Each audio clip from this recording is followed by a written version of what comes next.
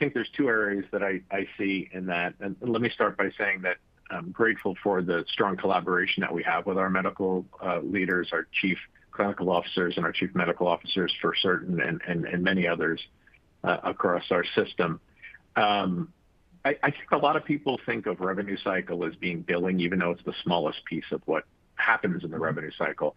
And so I think you have to take that step back and realize that whether it's through patient access and registration or clinical documentation improvement or utilization management and review in partnership with providers, which is part of revenue cycle, it's at the elbow and it's side by side. So if you're not talking to your physicians and you're not making them part of the decision, I think you are missing a big opportunity.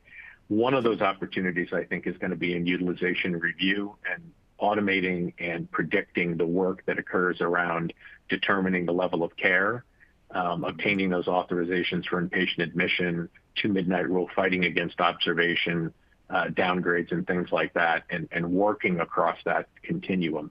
That's where we really need the physicians at the table.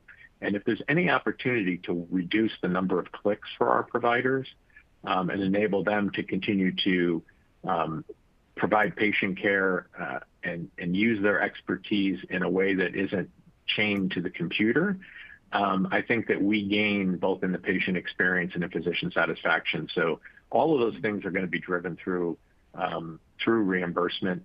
If I put my CFO hat back on, no margin, no mission. And if we're not able to produce positive contribution margin through these things, it will be difficult to meet that mission. So we've got to have the physicians at the table, our tech partners, and our revenue cycle leaders in order to drive the organization forward.